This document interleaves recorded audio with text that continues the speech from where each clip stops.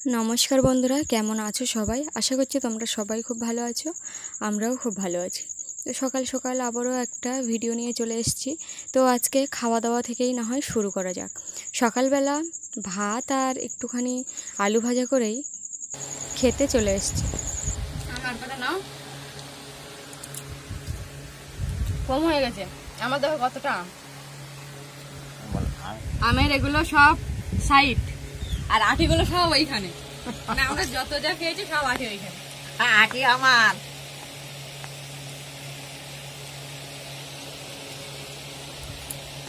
বাইরাম। আলু ভাজা লবণ হয়েছে বলে আমি বেশি করে আলু ভাজা খাচ্ছি।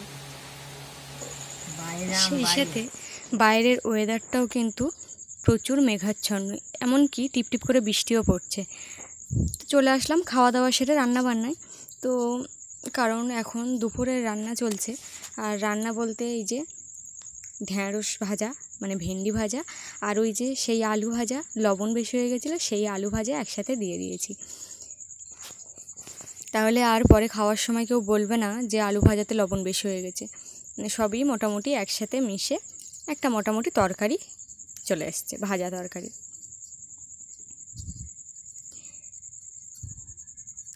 আর এখানে দেখতে পাচ্ছ কয়েকটা আছে মৌরলা মাছ মানে মৌটি মাছ, আর আছে ভোলা মাছ।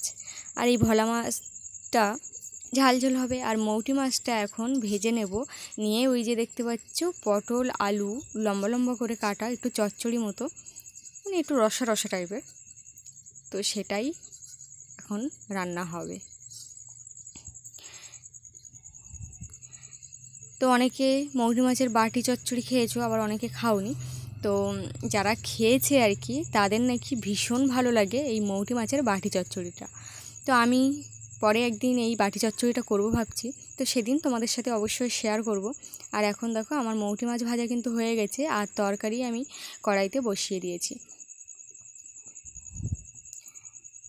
তো তার সাথে আবার মা কি করেছে, একটা কাঁচকলা কেটে ফেলেছিল সেটাও দিয়ে দিয়েছে। আর কাঁচকলা দিত, কিন্তু কলাটা পেকে যাওয়ার কারণে একটু মিষ্টি মিষ্টি লাগবে, সেই জন্য আর দিল না। তো আমি মৌটি মাছগুলো দিয়েই একটু হালকা হাতে নাড়াচাড়া করে নিলাম। নিয়ে কিন্তু আমি এটাতে জল দিয়ে দেব অল্প পরিমাণে।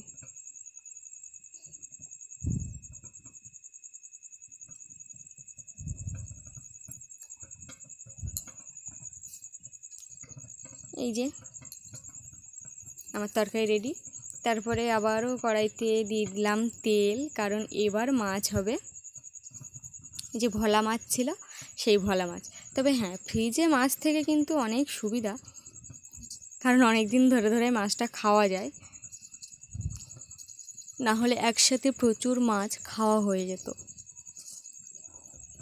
তবে সুবিধা একটা আছে, তার সাথে সাথে অসুবিধাও থেকে যায়।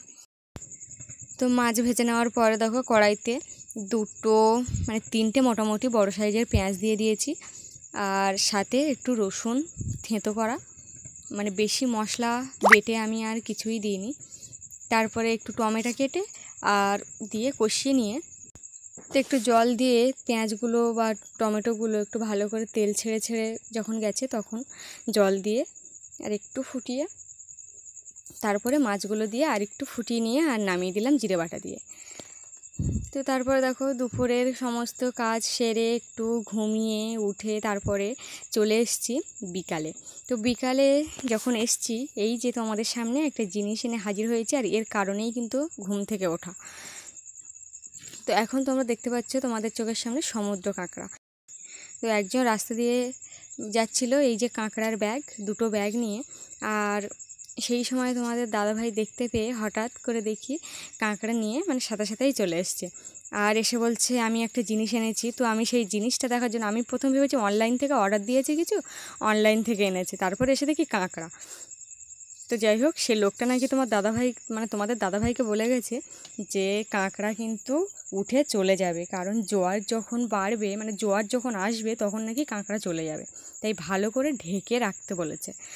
কিন্তু সে লোকটাও নাকি এটাও বলেছে যে তার নাকি অনেক কাঁকড়া চলে গেছে। তো আমার মনে হয় তার মানে সে রেখেছিল ভর্তি ভর্তি, ওই জন্য তার মানে যাওয়ার প্রচুর সুযোগ ছিল, কিন্তু আমাদের তো হাঁড়িটা খালি, ভর্তি হয়নি, ওই জন্য অতটা হয়তো যেতে পারবে না। তবু সাবধানে রাখবো, বলা যায় না যদি চলে যায়। বন থেকে মানে একদম নদী থেকে এনেছে তো। আর ওই যে গাছ পাতা দেখতে পাচ্ছি, এগুলো একদম ভর্তি ছিল, অনেকগুলো ছিল, আমি আরও ফেলে দিয়ে এসেছি। আর আমার মতো কে কে এরকম কাঁকড়া খেতে ভালোবাসো অবশ্যই কিন্তু কমেন্টে জানাতে পারো। তো দেখো কাঁকড়াগুলো কিন্তু দারুণ, হাত নিয়ে যেতেও ভয় পাচ্ছি যদি কামড়ায়। আর তার মধ্যে তোমাদের দেখো একটা জিনিস দেখাচ্ছি, প্রথম প্রথম হয়তো বুঝতে পারবে না তোমরা এটা কি, কিন্তু আমি খুলেই দেখাচ্ছি। এটা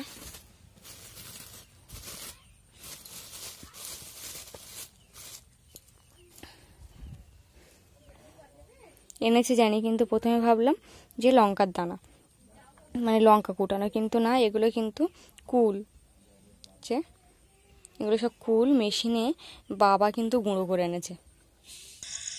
আর এই যে এই কুলের গুঁড়োগুলো দেখতে পাচ্ছে, এগুলো কিন্তু আমার বাবা মানে কুটিয়ে এনেছে। আর শাশুড়ি মা গেছে হাঁটতে হাঁটতে, তাই শাশুড়ি মায়েরও কিছুটা দিয়েছে, মানে দুই বেইবিন মিলে এই কাজগুলো করে আর কি। তো যাই হোক, এখন ওইগুলো মনে হয় কুলোয় ফেলে ঝাড়বে, ঝেড়ে তারপরে আর দুটো আলাদা করবে। তো বন্ধুরা ভিডিওটা আজ এই পর্যন্ত, আজ আসি, সবাই ভালো থেকো, সুস্থ থেকো, সাবধানে থেকো, টাটা।